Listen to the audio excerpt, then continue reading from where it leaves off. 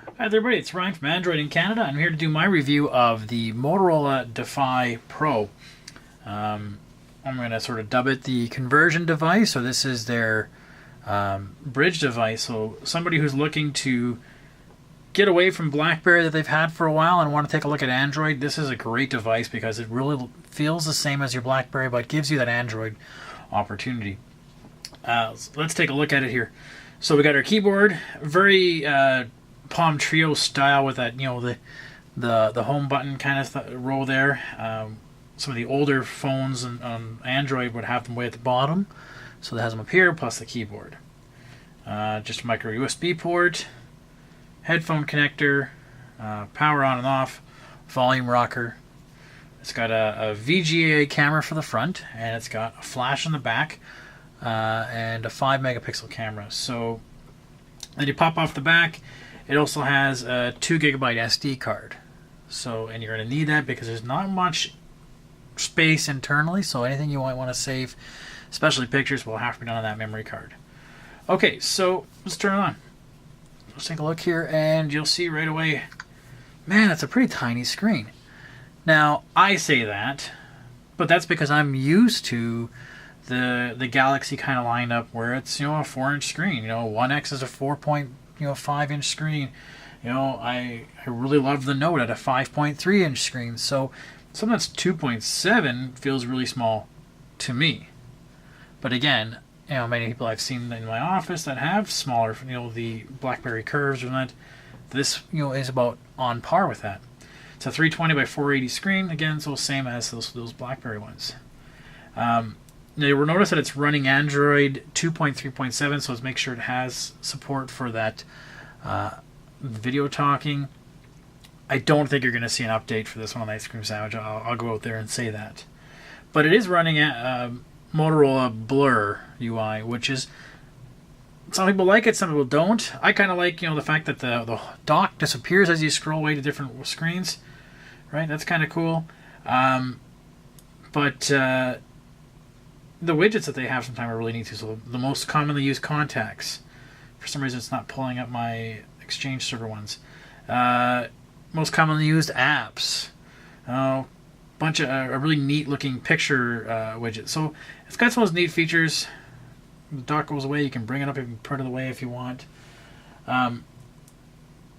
So it's a different.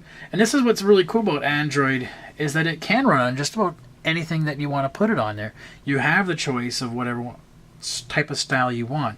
If you really like this kind of style form factor phone, you could only get it on BlackBerry before, but now Android is showing you, well, we can do just about anything. Not just one screen, one device. Okay, so let's take a look at what I didn't like about it. First off, everyone wants to know about is the keyboard, right? So if you're going to be using this like the BlackBerry, you want to have a good keyboard. I'm not really used to keyboard. I haven't used one like this since the Palm Trio days. So it's a little rubbery for me. It's got some angles there, so that'll help you find the keys so they don't just slide over. But I'm not a fan. It's a little rubbery, a little sticky to type, and I'm just, for me it was hard. I gave it to a couple BlackBerry users, and they didn't seem to notice any problem with it. The other thing about the keyboard is that you have these rocker buttons here. So you have, call and hang up. And which is weird. The power button doesn't actually, or the call button doesn't actually act as a power button as you normally get sometimes. So it doesn't, but you have these rocker ups and downs for menu button, or the home button, back button, and search button. So you got those there. So, and they take a little bit of getting used to, hitting the right spot. The other thing is this little thing here. Most BlackBerry Curves, it's a wheel or what used to be a wheel, but now it's sort of a touchpad. This isn't a touchpad. It's a clickable thing, so I can move things around and click with it. But to actually move around in the phone, I actually have to use the edge rim of this. So that feels a little delicate in terms of how much use it's going to get out of it versus am I going to hit the wrong button or accidentally hit the button on the inside. So not a big fan about that. But again, it might just take me a while of getting used to it. of how to get used to that style. So for the typing on it, you also do get an autocomplete. It does pop up near the bottom row, so it does take a little bit of real estate on this screen, but not a whole heck of a lot. But you do have a way to type and then hit, hit. So you can really get your thumb exercise using this device. I'm not a big fan of the power button being on top. Again, I wanted that one there. Let's see what else we have. Oh, yeah, I did like the fact the screen is actually Gorilla Glass. So it is a little durable. It's got some rubberized coating in there. So, it's probably going to take a beating. People who have BlackBerries tend to, toss them around and because they're with them like 99% of the time. So it's got a little strong feel to it. The speaker on the back is really loud. When I've had it in the office and I have it down, because it's got a little bit of a back chin on the device, and it's down, it actually has a little sort of cave, little acoustic there, so it's actually pretty loud. So if you want to listen to music on it, just put it down and it actually amplifies itself quite well. The camera app, I wasn't exactly fond of. I mean, it's not the greatest camera out there. It's pretty basic in terms of some of the features you're going to have. But the camera was kind of slow to take a picture and then come back. Again, I'm very much used to, something like a Galaxy Nexus, which takes pictures instantaneously. People who have BlackBerries, they don't exactly take the fastest pictures either. So it's very on par with what you might have if you had a RIM device. A micro SD card, again, I'm not a fan. I'd rather have a solid state drive or an SD card built in instead of having to get one that's removable.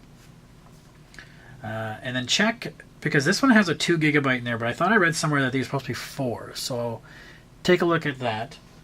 The other thing is the battery life. Because it is such a smaller screen, and I don't have to worry about drawing things down here, I'm using my keyboard, you actually have a pretty good battery life. According to the claims, it's over 12 hours of battery life, and that's pretty well your daily phone. It'll last a long time. The other thing is, again, gingerbread. I am so used to ice cream sandwich that if I had a notification, I'm so used to trying to get my notification on the top there. But again, this is for the device, the people that are coming from a BlackBerry phone. So they may not notice that. They don't know that's options there, so they don't really care. But for me, it was hard to get over. But yeah, so that's the device. The emails work great. It's a great, type away on it kind of device.